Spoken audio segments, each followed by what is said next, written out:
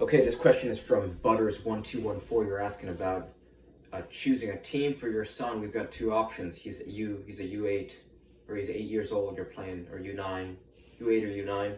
The first option, it's the cheaper of the two options, and then my understanding it's a lower quality team, but it's half the cost, and then you supplement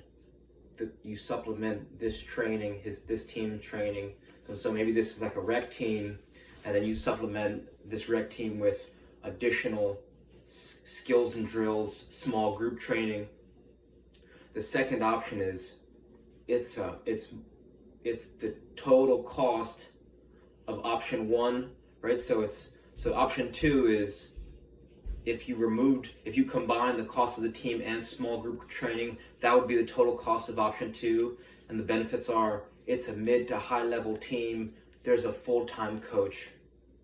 And you're asking, is this option enough training? My guts, and then you said they're both close to home, right? So I think my gut's telling me option two is better because it's a higher level team. If it's a higher level team, in theory, then he's going to have to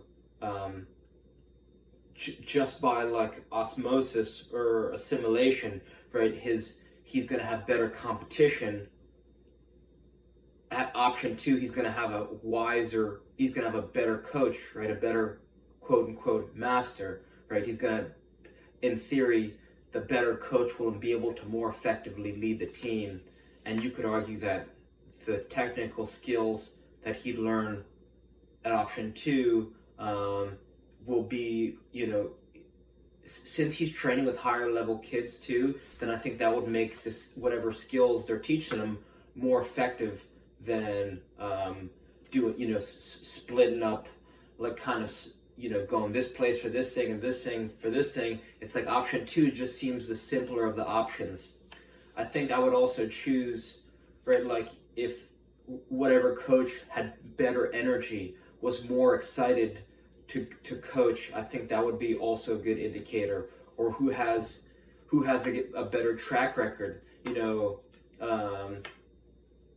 One of my favorite coaches, he was the most energetic player at practice every time, and kind of the players fed off that. And I think that's one of the reasons why we did so well, because not only was he usually he was a hard coach, but he would bring so much energy, so you really want to perform at your best.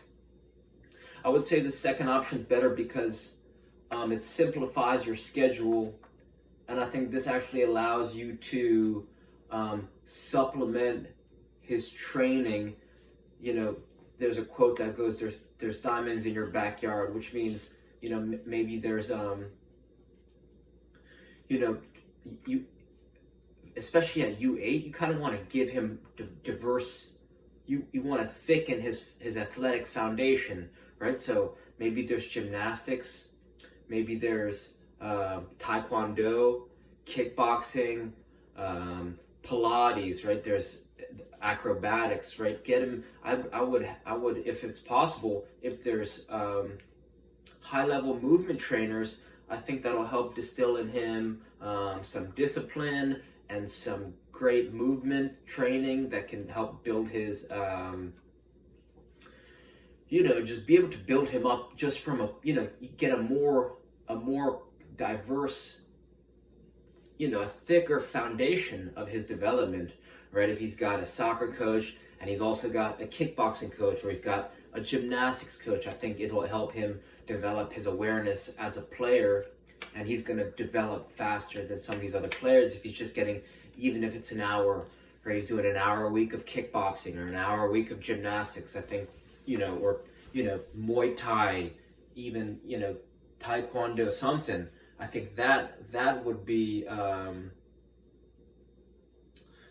super helpful. If he loves the game and you're not already using a kick trainer, AC Milan has their players use kick trainers. Sevilla, Ajax, right? Wesley Sneijder talks about using a kick trainer growing up. It's just a ball on a rope. I'm sure you've seen them, but if you're not using it, if you're not using a kick trainer for him to create, right, kids are geniuses, right? They have rapid, they're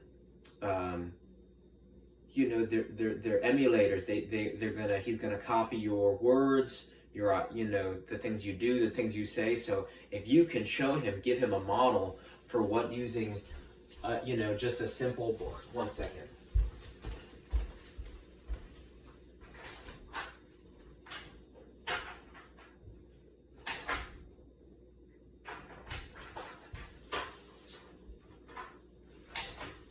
If you can give him a model of what it looks like to effortlessly train your first touch, alternating between right foot, left foot, really working that nice technique, and you can start doing this when you're watching. You guys can be watching soccer games, be doing this. You could even do it together. You buy one and you buy two, and you start using one, and you don't give it to him. Do not give it to him. Just start using it, and before you know it, he'll start picking up and he'll start using it. That's what I did with players on my college team.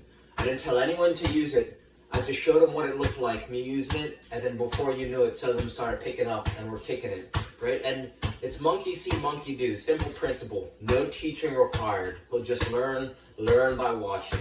So this is $24, and you could get 1,000 touches in 20 minutes, right? You could cram months of soccer training into days or weeks. So if he's not using this, I think it's something that you want to consider either making yourself, size one ball, length of rope. You want it to be as long. You got to set it up for him, but you got to use it yourself. So when he picks it up, it's the perfect length for him. You want it to be a little bit shorter than his hip bone to his ankle bone, right? The third thing I want to really recommend is that you start to, if he's U8, right? My dad and mom, they were athletic, right? My dad got recruited for hockey to play at Harvard and Yale. So he had physical abilities.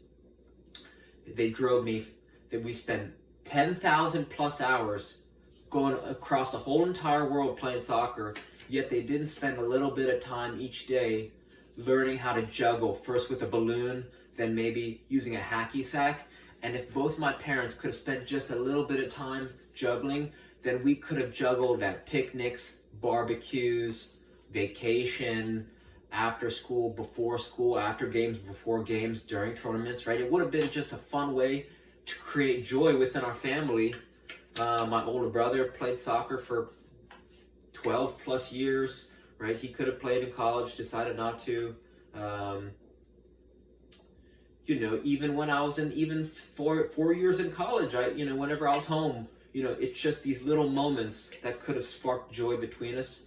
And if he's 8 years old, that means you have, let's say he doesn't even go to college. You have 9, 10, 11, 12, 13, 14, 15, 16, 17, goes to college. So you have 7 to 8 years that you guys could be playing, getting touches, and it can get to a point, if you can keep a ball up, then, before you get to a practice, or you get to a practice early, or you get to a game early, it's pop, pop, pop, pop, pop, pop, pop, pop, pop, pop, right? One touch, two, 1, easy, right? And you can have so much fun with that. So that's the last thing I'm going to recommend.